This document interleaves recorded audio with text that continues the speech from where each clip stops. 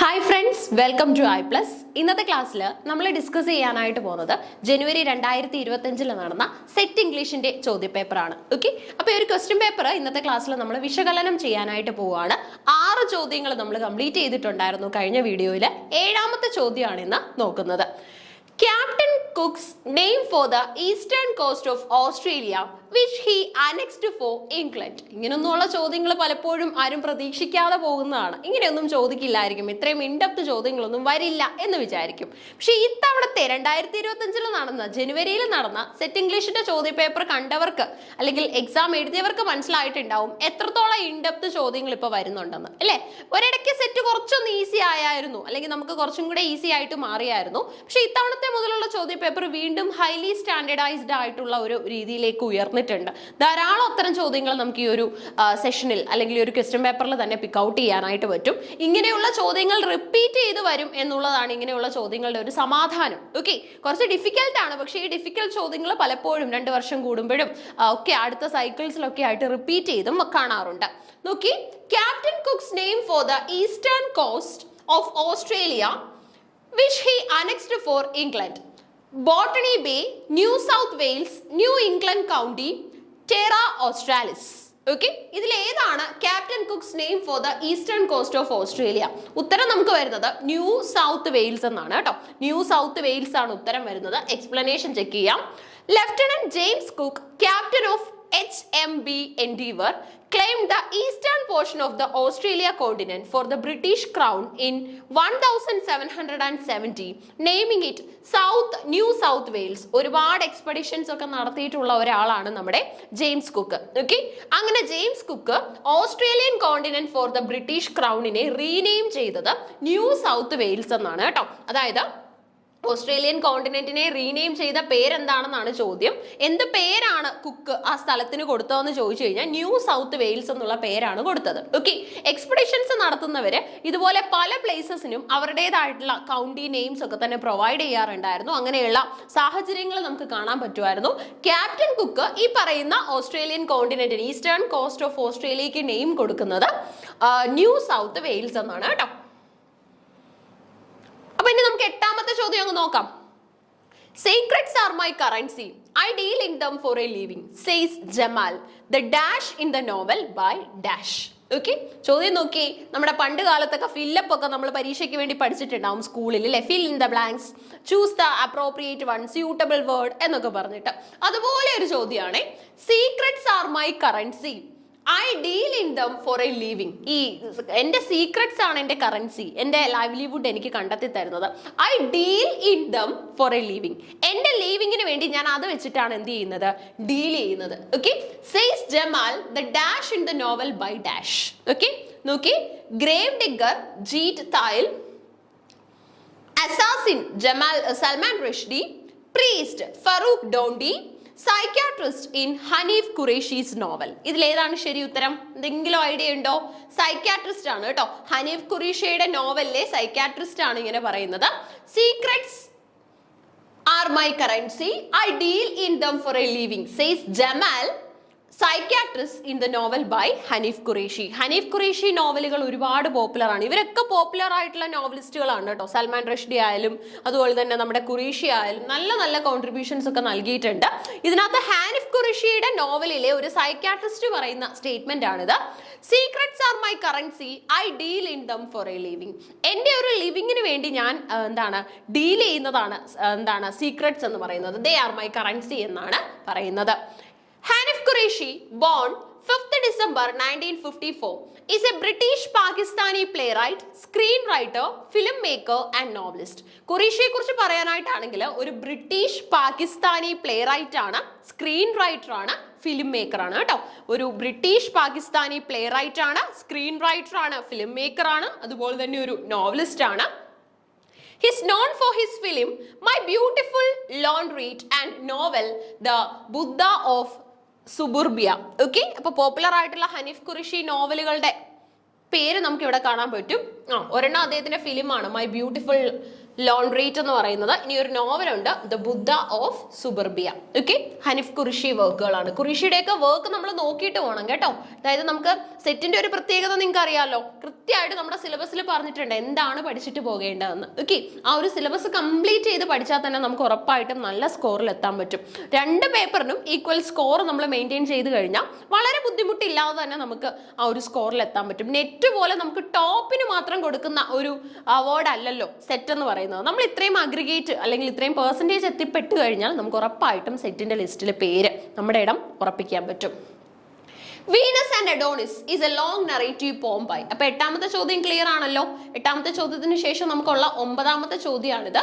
ചോദ്യം നോക്കി, Venus and Adonis is a long narrative poem by. എനിക്ക് തോന്നുന്നു 1ാമത്തെ ചോദ്യവും അതുപോലെ തന്നെ നമ്മുടെ 9ാമത്തെ ചോദ്യവും ഡയറക്റ്റ് ആയിരുന്നു. 1ാമത്തെ ചോദ്യം നമ്മൾ ഇപ്പോഴും ഓർക്കുന്നുണ്ടാവും, കഴിഞ്ഞ വീഡിയോയിൽ നമ്മൾ ഡിസ്കസ് ചെയ്തതാണ്. ഇൻഡോ യൂറോപ്യൻ ലാംഗ്വേജ് ഫാമിലിയിൽ വരുന്ന ഗ്രൂപ്പിന്റെ പേര് ചോദിച്ചിട്ടുണ്ടായിരുന്നു, അനാറ്റോളിയൻ. അതിനകത്ത് വരുന്ന എന്താണ് ഫസ്റ്റ് ലാംഗ്വേജ് ഏതാണെന്നൊക്കെ നമ്മൾ ആ സമയത്ത് ഡിസ്കസ് ചെയ്തതാണ്.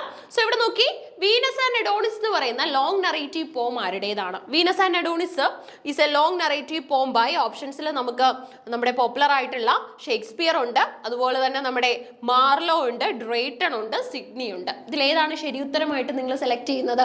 വീനസ് ആൻഡ് അഡോണിസും അതുപോലെ തന്നെ നമ്മുടെ റേപ്പ് ഓഫ് ലുക്രീസും ഒരാളുടെ തന്നെ വർക്കാണ്. വീനസ് ആൻഡ് അഡോണിസും റേപ്പ് ഓഫ് ലുക്രീസും ആരുടെയാണ്?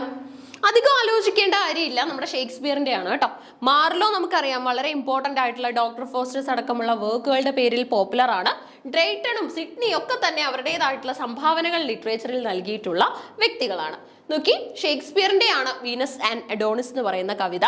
ലോങ് നറേറ്റീവ് പോം എന്ന കാറ്റഗറിയിലാണ് ഇത് നമ്മൾ ഇൻക്ലൂഡ് ചെയ്യുന്നത്. റേപ്പ് ഓഫ് ലുക്രീസും അതുപോലെ തന്നെ വീനസ് ആൻഡ് അഡോണിസും നമ്മൾ long narrative poems of Shakespeare എന്ന കാറ്റഗറിയിലാണ് ഇൻക്ലൂഡ് ചെയ്യുന്നത്.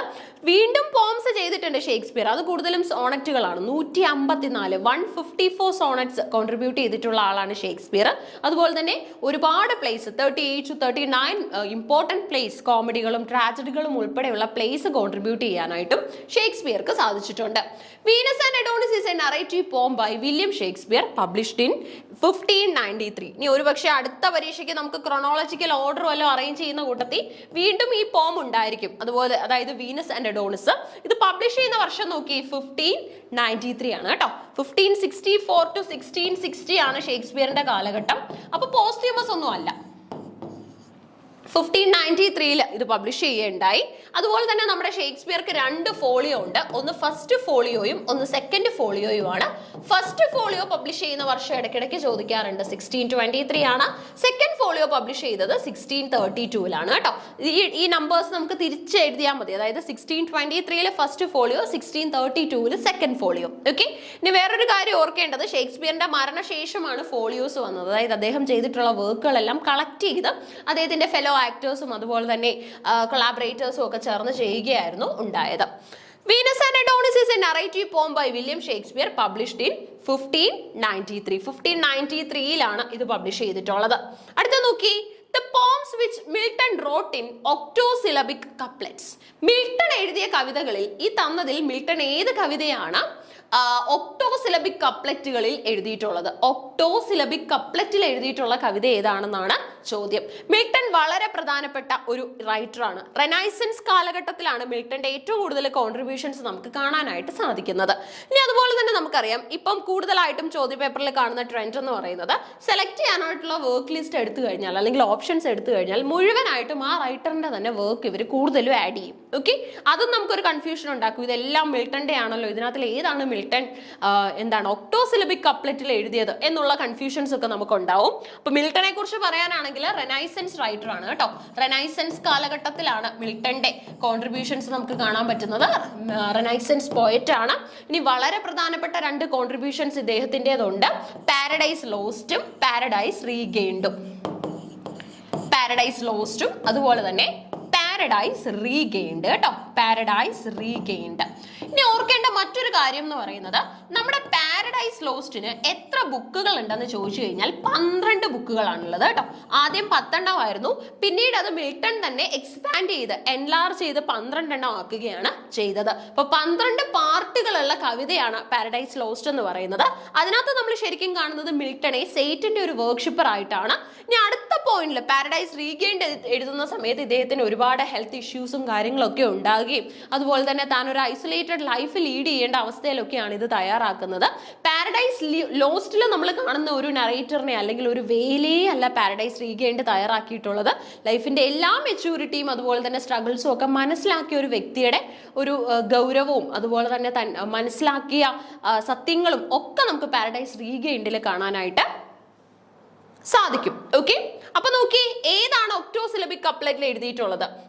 ഇൽ Penseroso, On His Blindness, On the Late Massacre in Piedmont, അതുപോലെ തന്നെ ലിസിഡാസ്. ഏതാണ് നിങ്ങൾ സെലക്ട് ചെയ്യുന്നത്?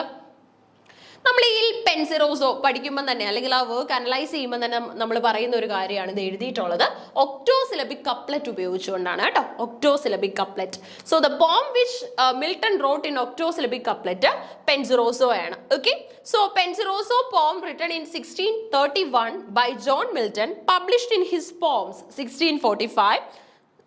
It was written in rhymed octosyllabics and has a 10-line prelude. Okay, ഈ കവിതയുടെ പ്രത്യേകത എന്ന് പറയുന്നത് ഈ കവിത എന്നാണ് എഴുതുന്നതെന്ന് ചോദിച്ചു കഴിഞ്ഞാൽ 1631. ഓക്കെ, ഇനി അത് പബ്ലിഷ് ചെയ്യുന്നത് ഒരു കളക്ഷൻ ആയിട്ടുള്ള, അതായത് നമ്മുടെ മിൽട്ടന്റെ പോംസിന്റെ കളക്ഷൻ ആയിട്ടുള്ള പോംസ് എന്ന് പറയുന്ന ഒരു പുസ്തകത്തിലാണ്. അത് 1645 പബ്ലിഷ് ചെയ്തത്. ഇനി മറ്റൊരു പ്രത്യേകത എന്ന് പറയുന്നത് ഇത് എഴുതിയിട്ടുള്ളത് റൈംഡ് ഒക്ടോസിലബിക്കിലാണ്. അതുപോലെ തന്നെ ഒരു 10 വരികളുള്ള പ്രല്യൂഡും നമുക്ക് ഈ കവിതയോട് അറ്റാച്ച് ചെയ്ത് കാണാനായിട്ട് സാധിക്കും. അപ്പൊ ഈ പെൻസിറോസോ എന്ന് പറയുന്ന കവിത മിൽട്ടന്റേതാണ്. ഇനി മറ്റൊരു പ്രത്യേകത എന്ന് പറയുന്നത് ഈ ഒരു വർക്ക് ഒക്ടോസിലബിക് കപ്ലറ്റിലാണ് എഴുതിയിട്ടുള്ളത്. റൈംഡ് ഒക്ടോസിലബിക് കപ്ലറ്റ് ആണ്. ആദ്യമായിട്ട് ഇത് എഴുതുന്നത് 1631, പബ്ലിഷ് ചെയ്യുന്നത് 1645. ഇനി അതുപോലെ തന്നെ 10 ലൈൻസ് ഉള്ള പ്രല്യൂഡ് ഇതുമായിട്ട് അറ്റാച്ച് ചെയ്ത് നമുക്ക് കാണാൻ സാധിക്കും. Greenwood tree is written by. അപ്പൊ നമ്മുടെ 10ാമത്തെ ചോദ്യം വലിയ ബുദ്ധിമുട്ടില്ലാതെ അങ്ങ് പോയി. ഇനി നമ്മുടെ 11ാമത്തെ ചോദ്യം നോക്കാനാണെങ്കിൽ പോയിട്രിയിൽ നിന്നാണ്. Under the greenwood tree is written by. Under the greenwood tree എന്ന് പറയുന്ന വർക്ക് എഴുതിയത് ആരാണ് എന്നുള്ളതാണ് ഈ ഒരു question. Okay, it's a novel actually കേട്ടോ. ഇതൊരു നോവലാണ്. വളരെ ഇമ്പോർട്ടന്റ് ആയിട്ടുള്ള ഒരു നോവൽ കാറ്റഗറിയിൽ നമുക്ക് ഉൾപ്പെടുത്താൻ പറ്റും. Under the greenwood tree is written by Mrs Gaskell, അതുപോലെ തന്നെ George Eliot, Thomas Hardy, Emily Bronte. ഇവരെ കുറിച്ച് ഓരോരുത്തരെ കുറിച്ചും പറയാനായിട്ടാണെങ്കിൽ നമ്മുടെ മിസസ് ഗാസ്കൽ എന്ന് പറഞ്ഞു കഴിഞ്ഞാൽ ആരാണ്? മിസസ് ഗാസ്കൽ റിയൽ നെയിം എന്താ? എലിസബത്ത് ഗാസ്കൽ അല്ലെ? നമുക്കറിയാം ലിറ്ററേച്ചറിലെ എലിസബത്ത് ഗ്യാസ്കൽ ആണ് മിസസ് ഗാസ്കൽ എന്നറിയപ്പെടുന്നത്. സോ ഇനി അടുത്തതായിട്ട് നമുക്ക് വന്നത് ജോർജ് എലിയറ്റ് ആണ്. നമുക്കറിയാം ഇതൊരു ലേഡി റൈറ്റർ ആയിരുന്നു. മെയിൽ സ്യൂഡോണിം ഉപയോഗിച്ച് എഴുതിയതാണ്. മേരി ആൻ ഇവാൻസ് എന്നാണ് എഴുത്തുകാരിയുടെ പേര്. വിക്ടോറിയൻ കാലഘട്ടത്തിലെ റൈറ്റർ ആണ്. വെസെക്സ് നോവലുകളൊക്കെ എഴുതി പോപ്പുലർ ആയിട്ടുള്ള നമ്മുടെ ഹാഡി ഉണ്ട് അല്ലെ? സോ ഹാഡി ആണ് ഇവിടെ വരുന്നത്. വെസെക്സ് നോവലുകളുടെ രചയിതാവ് എന്നാണ് അറിയപ്പെടുന്നത്. എമിലി ബ്രോണ്ടെ, നമുക്കറിയാം ബ്രോണ്ടെ സിസ്റ്റേഴ്സ് ഉണ്ട് ലിറ്ററേച്ചറിൽ അല്ലെ? ആ കൂട്ടത്തിൽ വളരെ പ്രധാനപ്പെട്ട ഒരു റൈറ്റർ ആണ് നമ്മുടെ എമിലി ബ്രോണ്ടെ. ഓക്കെ, ഷാർലറ്റ് ബ്രോണ്ടയോടൊക്കെ എന്താണ് അറ്റാച്ച് ചെയ്ത് അല്ലെങ്കിൽ എന്താണ് അക്കോമഡേറ്റ് ചെയ്ത് നമ്മൾ കാണുന്ന ഒരു പേരാണ് എമിലി ബ്രോണ്ടെ എന്ന് പറയുന്നത്. ഓക്കെ, ബ്രോണ്ടെ സിസ്റ്റേഴ്സിൽ ഒരാളാണ് തോമസ് ഹാഡി, എലീറ്റ്, ഗാസ്കൽ. ഇതാണ് നമുക്ക് ഓപ്ഷൻസിലുള്ള ഗ്രൂപ്പ് എന്ന് പറയുന്നത്. സോ ഇതിൽ ആരാണ് അണ്ടർ ദ ഗ്രീൻവുഡ് ട്രീ എന്ന് പറയുന്ന ഫേമസ് ലിറ്റററി വർക്ക് തയ്യാറാക്കിയത്? ഉത്തരം കിട്ടിയോ?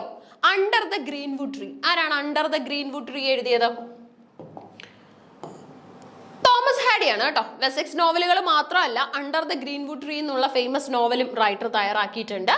Under the Greenwood Tree, a rural painting of the Dutch school is the second published novel by English author Thomas Hardy, published anonymously in 1872. 1872 പേര് വെളിപ്പെടുത്താതെ anonymous ആയിട്ടാണ് ആദ്യമായിട്ട് under the greenwood tree തയ്യാറാക്കുന്നത്. Okay, under the greenwood tree A rural painting of the Dutch school എന്നുള്ളത് നമ്മുടെ Thomas ഹാഡിയുടെ 2ാമത്തെ നോവലാണ്. ആദ്യമായിട്ട് ഇത് publish ചെയ്യുമ്പോൾ അനോണിമസ് ആയിട്ടായിരുന്നു പബ്ലിഷ് ചെയ്തിരുന്നത്.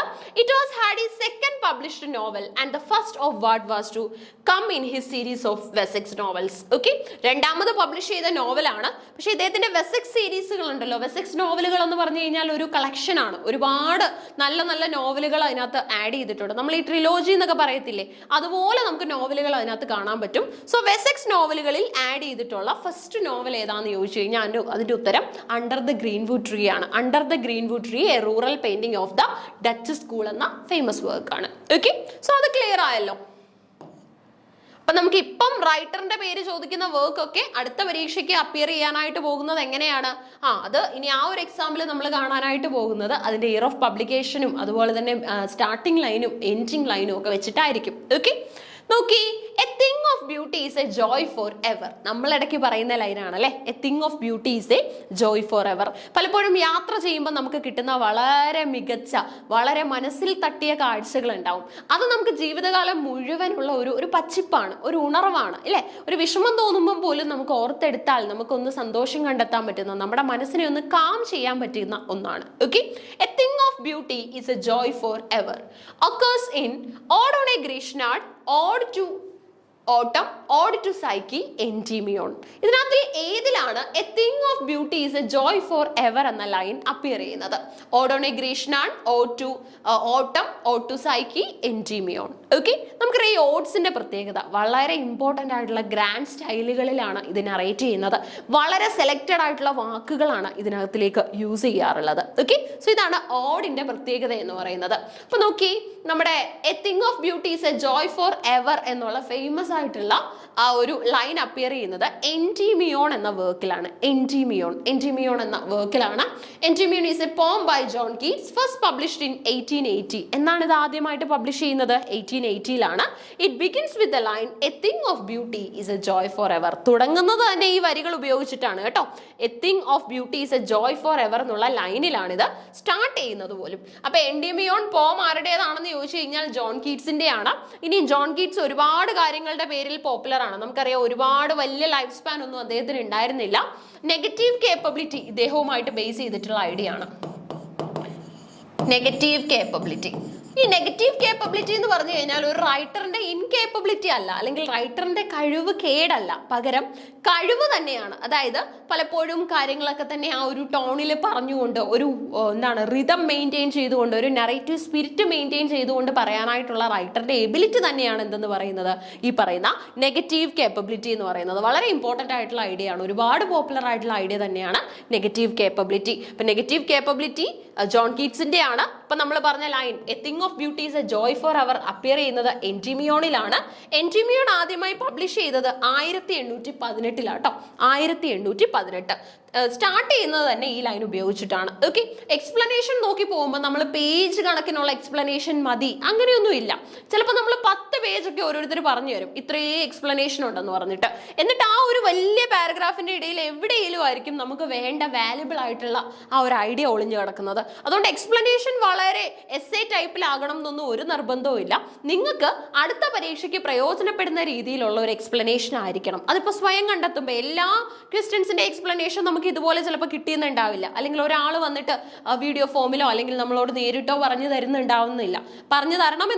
സോ അപ്പൊ നമുക്ക് ചെയ്യാൻ പറ്റുന്നത് എക്സ്പ്ലനേഷൻ സ്വയം കണ്ടെത്താൻ പറ്റും. വേണ്ട കാര്യങ്ങൾ മാത്രം അതിനകത്ത് ആഡ് ചെയ്യുക. ഒരുപാട് കാര്യങ്ങൾ ആഡ് ചെയ്ത് എസ്സേ ടൈപ്പിലോട്ട് കൊണ്ടുപോയി കഴിഞ്ഞാൽ പലപ്പോഴും നമുക്കതെടുത്ത് പഠിക്കാനായിട്ട് പോലും തോന്നാത്ത ഒരു സാഹചര്യം ഉണ്ടാവും. അതുകൊണ്ട് വളരെ കുറച്ച് മതി, വേണ്ട കാര്യങ്ങളെല്ലാം അതിനകത്ത് ഉൾപ്പെടുത്തണം എന്ന് മാത്രമേ ഉള്ളൂ. നോക്കി, അപ്പൊ നമ്മുടെ 12ാമത്തെ ചോദ്യം വലിയ രീതിയിൽ നമ്മളെ ബുദ്ധിമുട്ടിച്ചിട്ടില്ല, നല്ലൊരു ചോദ്യം തന്നെയായിരുന്നു. പലർക്കും അറിയാമല്ലോ thing of beauty is a joy for ever എൻഡിമിയോണിൽ ഉള്ളതാണെന്ന്. ഇനി അറിയാത്തവരുണ്ടെങ്കിൽ ഇപ്പൊ തന്നെ നോട്ട് ചെയ്ത് വെച്ചോ, അടുത്ത പരീക്ഷയ്ക്ക് നമുക്ക് ഉപകാരപ്രദമാവും. നോക്കി, the term stream of consciousness was taken from the book. ഏത് ബുക്കിൽ നിന്നാണ് സ്ട്രീം ഓഫ് കോൺഷ്യസ്നസ് എന്ന ഐഡിയ എടുത്തിട്ടുള്ളത്? ഓക്കെ, സ്ട്രീം ഓഫ് കോൺഷ്യസ്നസ്സിന് ഏറ്റവും കൂടുതൽ ഫാൻസ് ഉണ്ടായത് അല്ലെങ്കിൽ റൈറ്റേഴ്സ് ഉണ്ടായത് മോഡേൺ പീരീഡിലാണ്. കേട്ടോ. ഈ മോഡേൺ പീരീഡിൽ നമ്മുടെ പോപ്പുലർ ആയിട്ടുള്ള കുറെ റൈറ്റേഴ്സ് ഉണ്ടല്ലോ. ആരൊക്കെയാ നിങ്ങൾക്ക് പെട്ടെന്ന് ഓർമ്മയിൽ വരുന്നത്? വിർജീനിയ വൂൾഫ്, ഇനി അതുപോലെ തന്നെ നമ്മുടെ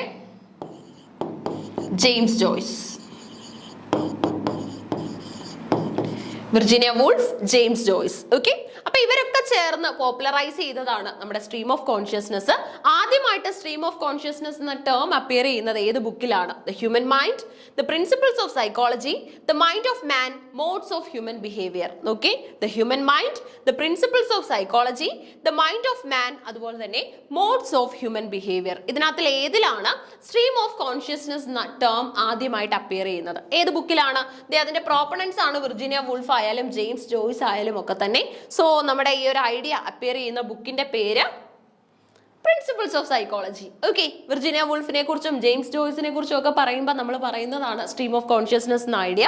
അത് ആദ്യമായിട്ട് അപ്പിയർ ചെയ്യുന്നത് പ്രിൻസിപ്പിൾസ് ഓഫ് സൈക്കോളജി എന്ന പുസ്തകത്തിലായിരുന്നു. ഇനി മറ്റൊരു പ്രത്യേകത എന്ന് പറയുന്നത് എന്താണ് stream of consciousness? Stream of consciousness എന്ന് പറഞ്ഞാൽ ഈ ഒരു ട്രെൻഡ് നമുക്ക് പല നോവലുകളിലും കാണാൻ സാധിക്കും.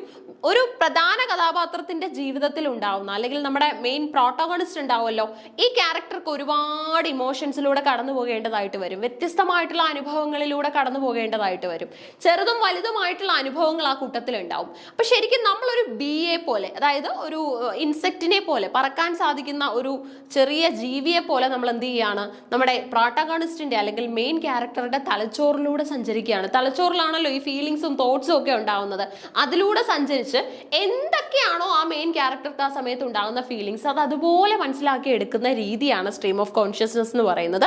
സോ മെയിൻ ക്യാരക്ടർക്ക് അത്രത്തോളം ഇമ്പോർട്ടൻസ് നോവലിൽ കൊടുത്തിട്ടുണ്ടാവും. സ്ട്രീം ഓഫ് കോൺഷ്യസ്നസ് എന്താണ് ബ്രിങ് ഔട്ട് ചെയ്യുന്ന, അല്ലെങ്കിൽ അതുമായിട്ട് ബേസ് ചെയ്ത് കണക്ട് ചെയ്തുള്ള നോവലുകളിൽ ഒരുപാട് കാര്യങ്ങൾ നമുക്ക് ആ മെയിൻ ക്യാരക്ടറുമായിട്ട് ബേസ് ചെയ്ത് കാണാൻ പറ്റും. ഫോർ എക്സാമ്പിൾ ക്യാരക്ടറിന്റെ ഫീലിങ്സ്, ഇമോഷൻസ്, ഇതിനെല്ലാം വലിയ പ്രാധാന്യമായിരിക്കും കൊടുക്കുന്നത്.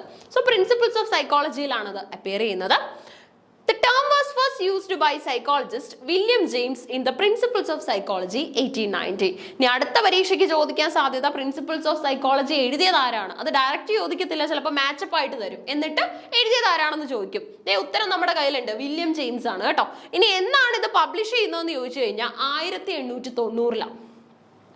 As the psychological novel developed in the 20th century, some writers attempted to capture the total flow of their characters' consciousness. അവരുടെ ഉള്ളിൽ എന്താണ് നടക്കുന്നത്, ഇന്റേണൽ കോൺഫ്ലിക്റ്റുകൾക്ക് പ്രാധാന്യം കൊടുത്തു. Rather than limit themselves to rational thoughts. നമുക്ക് റാഷണൽ ആയിട്ടുള്ള, ലോജിക്കൽ ആയിട്ടുള്ളതും illogical ആയിട്ടുള്ളതുമായ ഒരുപാട് തോട്ട്സ് ഉണ്ടാവും. അതിനു പുറമെ മെയിൻ ക്യാരക്ടറുടെ ഇന്റേണൽ തോട്ട്സിനും കൂടെ പ്രാധാന്യം കൊടുക്കുന്നതാണ് സ്ട്രീം ഓഫ് കോൺഷ്യസ്നസ് എന്ന് പറയുന്നത്. നമ്മുടെ വില്യം ജെയിംസ് ആണ്, സൈക്കോളജിസ്റ്റ് ആയിട്ടുള്ള വില്യം ജെയിംസ് ആണ് അദ്ദേഹത്തിന്റെ പുസ്തകമായ പ്രിൻസിപ്പിൾസ് ഓഫ് സൈക്കോളജി 1890 പബ്ലിഷ് ചെയ്ത പുസ്തകത്തിൽ ഈ ഒരു ഐഡിയയെ കുറിച്ച് പറഞ്ഞത്. ക്ലിയർ ആണല്ലോ? ഈ കാര്യം കൃത്യമായിട്ട് ഏതർ നിങ്ങൾക്ക് സ്ക്രീൻഷോട്ട് ചെയ്ത് വെക്കാം, അല്ലെങ്കിൽ നോട്ട് ചെയ്ത് പോവാം. എഴുതി തന്നെ പോകുന്നതാണ് നല്ലത്. കണക്ട് ചെയ്ത് ഓരോ ആരോസ് ഒക്കെ കൊടുത്തിട്ട് ഈ കാര്യം ഒന്ന് എഴുതി വെച്ചോളുക, വളരെ ഇമ്പോർട്ടന്റ് ആണ്. ഓക്കെ, നമ്മൾ ഈ നോവലൊക്കെ പഠിക്കുന്ന കുട്ടികൾക്ക്, അല്ലെങ്കിൽ നമുക്ക് നോവൽ എല്ലാ കാറ്റഗറിയിലും വരാറുണ്ടല്ലോ, സോ ആ കൂട്ടത്തിൽ വളരെ പ്രധാനപ്പെട്ട ഒന്നാണ് ഈ ഒരു ഐഡിയ എന്ന് പറയുന്നത്. ആർതർ മില്ലർ വളരെ ഇമ്പോർട്ടന്റ് ആയിട്ടുള്ള ഒരു നോവലിസ്റ്റ് ആണ്. അദ്ദേഹത്തിന്റെ നോവലാണ് Death of a Salesman. Relies for its tragic seriousness on the fate of. ഇതിൽ ഏത് ക്യാരക്ടറിന്റെ ട്രാജിക് ഫേറ്റിനെ കുറിച്ചാണ് നമ്മുടെ നോവലായിട്ടുള്ള ഡെത്ത് ഓഫ് എ സെയിൽസ്മാനിൽ ഡിസ്കസ് ചെയ്യുന്നത്? ഓക്കെ, ഡെത്ത് ഓഫ് എ സെയിൽസ്മാനിൽ ഡിസ്കസ് ചെയ്യുന്നത് ആരുടെ ട്രാജിക് ഫേറ്റിനെ കുറിച്ചാണ്? Okay, Willy Loman, Estragon, Vladimir, Lucky. Lucky actually നമുക്കൊരു ക്യാരക്ടറായിട്ട് അപ്പിയർ ചെയ്യുന്നില്ല. ലക്കി എന്ന് പറഞ്ഞൊരു ക്യാരക്ടർ നമുക്ക് അപ്പിയർ ചെയ്യുന്നുണ്ട് കേട്ടോ. അപ്പൊ ഇവരൊക്കെ ഏത് നാടകത്തിലെ കഥാപാത്രങ്ങളാണെന്ന് മനസ്സിലായോ? ഈസ്ട്രഗൻ, വ്ളാഡിമർ ഒക്കെ ഇവർ ഏതിലെയാ? ഈസ്ട്രഗനും വ്ളാഡിമറും വെയിറ്റിംഗ് ഫോർ ഗോദോയിലെ കേട്ടോ. Waiting for Godot. Waiting for Godot ആരുടെ നോവലാണ്? നമ്മുടെ ബെക്കറ്റിന്റെ നോവലാണേ. വളരെ ഇമ്പോർട്ടൻ്റ് ആയിട്ടുള്ള നോവലുകളൊക്കെ കോൺട്രിബ്യൂട്ട് ചെയ്തിട്ടുള്ള ഒരുപാട് റൈറ്റേഴ്സ് ഉണ്ട്. സോ ഈസ്ട്രഗനും വ്ളാഡിമറും അപ്പിയർ ചെയ്യുന്നത് വെയിറ്റിംഗ് ഫോർ ഗോദോയിലാണ്.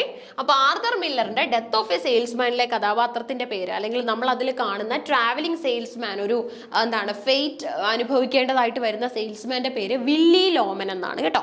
വില്ലി ലോമൻ. അവസാനം ഒരു ഇൻഷുറൻസ് കിട്ടാനായിട്ട് ഈ വില്ലി ലോമൻ തന്റെ ലൈഫ് തന്നെ എൻഡ് ചെയ്യാനായിട്ടൊക്കെ ശ്രമിക്കുന്ന അറ്റംപ്റ്റ്സ് ഒക്കെ നമ്മൾ കാണുന്നുണ്ട്. വളരെ ട്രാജിക് ആയിട്ടുള്ള എൻഡാണ് വില്ലി ലോമൻ അവസാനം ഉണ്ടാകുന്നത്. ശരിക്കും മനുഷ്യന്റെ ജീവിതത്തിലെ നിസ്സഹായ അവസ്ഥയൊക്കെ നമ്മളെ മനസ്സിലാക്കി തരുന്ന ഒരു നോവലാണിത്. അടുത്ത നോക്കി, നമുക്ക് ഇനി ഇതിന്റെ ഐഡിയാസ് നോക്കുമ്പോൾ Arthur Miller once said that death of a salesman was a tragedy of the common man. ഒരു കോമൺ മാന്റെ ജീവിതത്തിൽ ഉണ്ടാകുന്ന ട്രാജഡിയാണ് ശരിക്കും പറഞ്ഞാൽ ഡെത്ത് ഓഫ് എ സെയിൽസ്മാൻ എന്ന് പറയുന്നത്, അല്ലെ? വളരെ ബുദ്ധിമുട്ടി ജീവിക്കുന്ന ഒരു മനുഷ്യനായിരുന്നു നമ്മുടെ വില്ലി ലോമൻ. അദ്ദേഹം ഓരോ വീടുകളിലായിട്ട് എത്തി ഒരു ട്രാവലിംഗ് സെയിൽസ്മാൻ ആയിട്ടുള്ള ബിസിനസ് ആയിരുന്നു റൺ ചെയ്യുന്നത്. സോ അദ്ദേഹത്തിന് ഇടയ്ക്ക് കമ്പനിയിൽ നിന്നും ഡ്രോപ്പ് ഔട്ട് ആക്കുന്ന സ്റ്റേജ് നമ്മൾ കണ്ടു. അതിനുശേഷം തന്റെ ഫാമിലി എങ്ങനെ സസ്റ്റെയിൻ ചെയ്യുമെന്നുള്ളതായിരുന്നു ഇദ്ദേഹത്തിന് മുന്നിലെ ഏറ്റവും വലിയ വെല്ലുവിളി. അതുമായിട്ട് ബേസ് ചെയ്തിട്ടുള്ള ഐഡിയാസ് നമ്മൾ കണ്ടതാണ്. Okay, Arthur Miller once said that death of a salesman was a tragedy of the common man. Think about it. The main character Willy Loman is a regular everyday guy. എന്നും ജോലിക്ക് പോകുന്ന വ്യക്തിയാണ്. എന്നും ജോലിക്ക് പോയായിരുന്നു അദ്ദേഹം ലൈവ്ലിഹുഡ് കണ്ടെത്തുന്നത്. An aging traveling salesman weighed down by his sample case. Okay, so ഇദ്ദേഹത്തിന്റെ ഒരു അവസ്ഥ എന്ന് പറയുന്നത് ഇദ്ദേഹം ലൈഫിൽ തന്റെ ലൈവ്ലിഹുഡ് കണ്ടെത്താനായിട്ടാണ് ഏറ്റവും കൂടുതൽ ബുദ്ധിമുട്ടുന്നത്. വളരെ നല്ലൊരു നോവലാണ്, നമ്മൾ വായിച്ചിരിക്കേണ്ട ഒരു നോവലാണ്. ഇനി നമുക്ക് 15ാമത്തെ ചോദ്യം നോക്കാം. അപ്പൊ റെഗുലർ ആയിട്ട് നമ്മൾ ക്വസ്റ്റ്യൻസ് ചെയ്തു വരികയായിരുന്നു. 1 മുതൽ 14 വരെയുള്ള ചോദ്യങ്ങൾ നമ്മൾ കംപ്ലീറ്റ് ചെയ്തു. 15ാമത്തെ ചോദ്യം നോക്കി. The poet who said, my poems are not about violence but vitality. എന്റെ പോംസ് ഒന്നും വയലൻസിനെ കുറിച്ചുള്ളതല്ല, പക്ഷെ വൈറ്റാലിറ്റിയെ കുറിച്ചുള്ളതാണ്. ഇമ്പോർട്ടന്റ് ആയിട്ടുള്ള ഐഡിയാസ് ആണ് എനിക്ക് പറയാനുള്ളത്. ഇറ്റ്സ് നോട്ട് അബൌട്ട് വയലൻസ് എന്ന പ്രസ്താവന നടത്തിയ പോയിറ്റ് ആരാണെന്നാണ് ചോദ്യം. ഓപ്ഷൻ എ ഫിലിപ്പ് ലാർക്കിൻ, അതുപോലെ തന്നെ നമ്മുടെ പ്രിയപ്പെട്ട ടെഡ് ഹക്സ് ഓപ്ഷനിലുണ്ട്.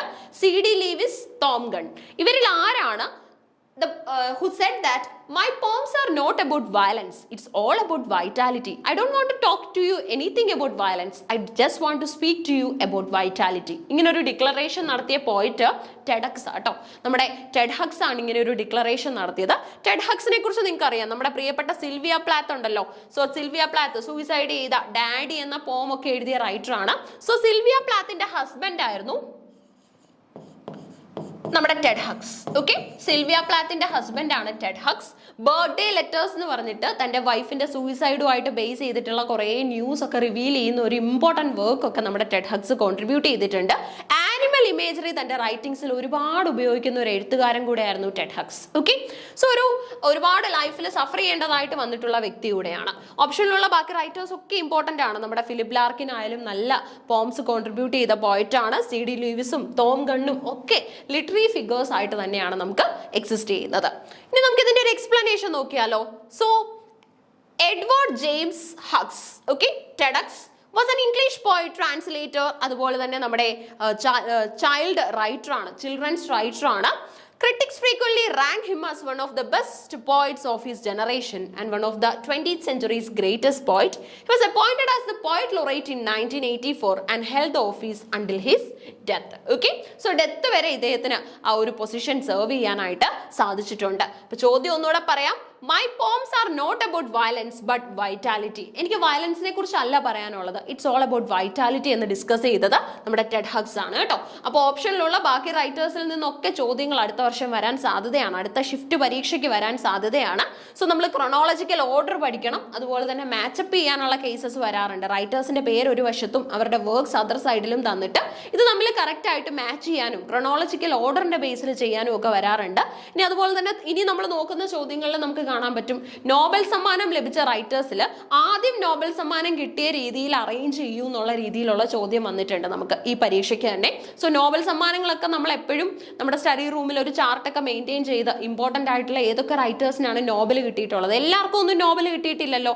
സാഹിത്യത്തിൽ നോബൽ കിട്ടിയിട്ടുള്ള റൈറ്റേഴ്സിന്റെ പേരും ആ കിട്ടിയ വർഷമൊക്കെ ഒന്ന് നോട്ട് ചെയ്ത് വെക്കുക. പുളിറ്റ്സർ സമ്മാനം ഇപ്പോൾ സ്ഥിരമായിട്ട് ചോദ്യപേപ്പറിൽ കാണാറുണ്ട്. പുളിറ്റ്സർ സമ്മാനം നമ്മൾ കവിതകൾക്കും കഥകൾക്കും ഡ്രാമയ്ക്കും ഒക്കെ കൊടുക്കാറുണ്ട്. കാറ്റഗറി തിരിച്ച് തന്നെ ചോദ്യപേപ്പറിൽ വരാറുണ്ട്. സോ നമ്മൾ നമ്മുടെ ഇംഗ്ലീഷ് പോലെയുള്ള പരീക്ഷകൾക്ക് പഠിക്കുമ്പോൾ നോബലും അതുപോലെ തന്നെ പുളിറ്റ്സർ സമ്മാനങ്ങളും ബുക്കർ പ്രൈസും ഒക്കെ നേടിയിട്ടുള്ള റൈറ്റേഴ്സിനെ കൂടെ ഉൾപ്പെടുത്തി വേണം പഠിക്കാൻ. പിന്നെ ഇവർ ഇതുപോലെ പറഞ്ഞിട്ടുള്ള ഇമ്പോർട്ടൻറ്റ് സ്റ്റേറ്റ്മെന്റ്സ് ഉണ്ടാവും, അതും ഡയറക്റ്റ് ആയിട്ട് തന്നെ നമുക്ക് ചോദ്യമായിട്ട് അപ്പിയർ ചെയ്യും. ഓക്കെ, അപ്പൊ നമ്മുടെ ചോദ്യങ്ങളുടെ ഡിസ്കഷൻ തീർന്നിട്ടില്ല. 15 ചോദ്യങ്ങളിലേ നമ്മൾ എത്തിയിട്ടുള്ളൂ. ഇനിയും നമുക്ക് ചോദ്യങ്ങൾ എക്സിസ്റ്റ് ചെയ്യുന്നുണ്ട്. അത് അടുത്ത വീഡിയോകളിലായിട്ട് നിങ്ങൾക്ക് ലഭിക്കുന്നതായിരിക്കും. Thank you.